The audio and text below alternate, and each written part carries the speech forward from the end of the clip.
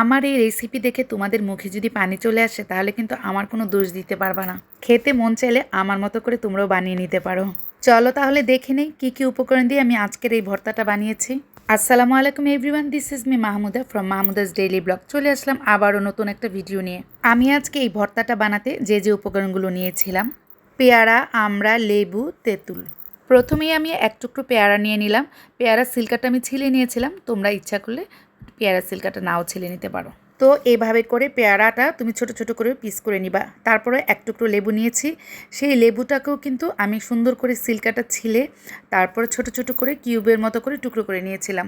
এই ভর্তাটা খেতে কিন্তু ভীষণ মজা লেগেছিল, আর গরমের দিনে তো এই ভর্তাটা খুবই ভালো লাগে। এই তো লেবু ছিলকাটা ছিলা হয়ে গিয়েছে, এখন এটাকে আমি ছোট ছোট টুকরো করে কিউবের মতো করে পিস করে নিলাম। তারপর দুটো আমড়া নিয়ে নিলাম। আমড়া দুটোকে ভালো করে ছিলে নিতে হবে।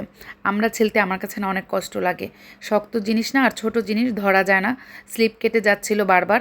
তারপরেও যাই হোক এটাকে ছিলে নিলাম বহুত কষ্টে। আর আমি এখন অল্প করে ভর্তা বানাবো, যেহেতু আমি একজন মানুষ, আমার বাসায় আমার ছেলে আর আমি।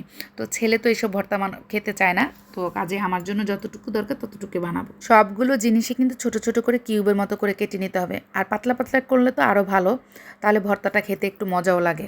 আমার এই ভিডিওটা কিন্তু অনেক আগের করা, আর অনেক দিন পর আমি এটার ভয়েস দিচ্ছি। তো ভয়েস দিতে যে আমার নিজেরই আবার নতুন করে খেতে ইচ্ছে করছিল, বাট এখন তো ঘরে কিছুই নাই, আমি বানাতেও পারবো না।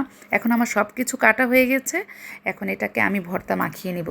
এই তো আমার সবগুলো উপকরণ একটি মাটি প্লেটে নিয়ে নিলাম। তারপর সেখানে তেঁতুল দিলাম, বিট লবণ দিলাম, শুকনা মরিচ, লবণ, এগুলো দিয়ে ভালোভাবে মেখে নিচ্ছি। সাথে কিন্তু একটু চিনিও দিয়েছিলাম। এই ধরনের ভর্তার মধ্যে সবসময় কিন্তু একটু চিনি দিলে বেশ মজা হয় ভর্তাটা খেতে। আর আমি বানাতে বানাতে নিজেকে লোভ সামলাতে পারিনি, কখন যে অনেকখানি খেয়ে ফেলেছি। তারপর মনে হয়েছে আমি ভিডিও বানানো একটু বাকি আছে, কেননা এখানে কিন্তু সরিষা তেল দেই নেই। সরিষা তেলটা কিন্তু মাস্ট দিতে হবে, তাহলে কিন্তু এটার মজাটা দ্বিগুণ বেড়ে যাবে।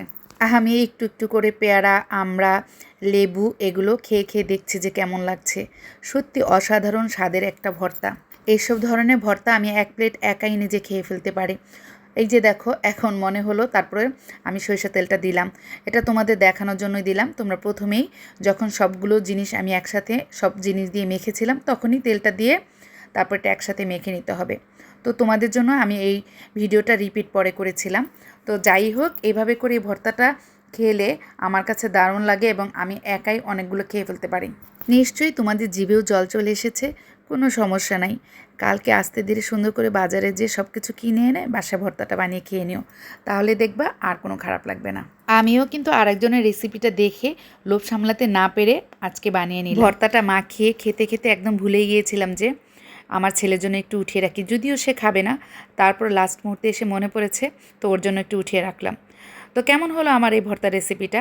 ভর্তা রেসিপিটা ভালো লেগে থাকলে কিন্তু জলদি জলদি অনেকগুলো লাইক, কমেন্ট এবং শেয়ার দিবা।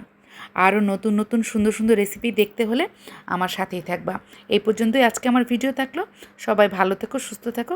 আল্লাহ হাফিজ, টাটা।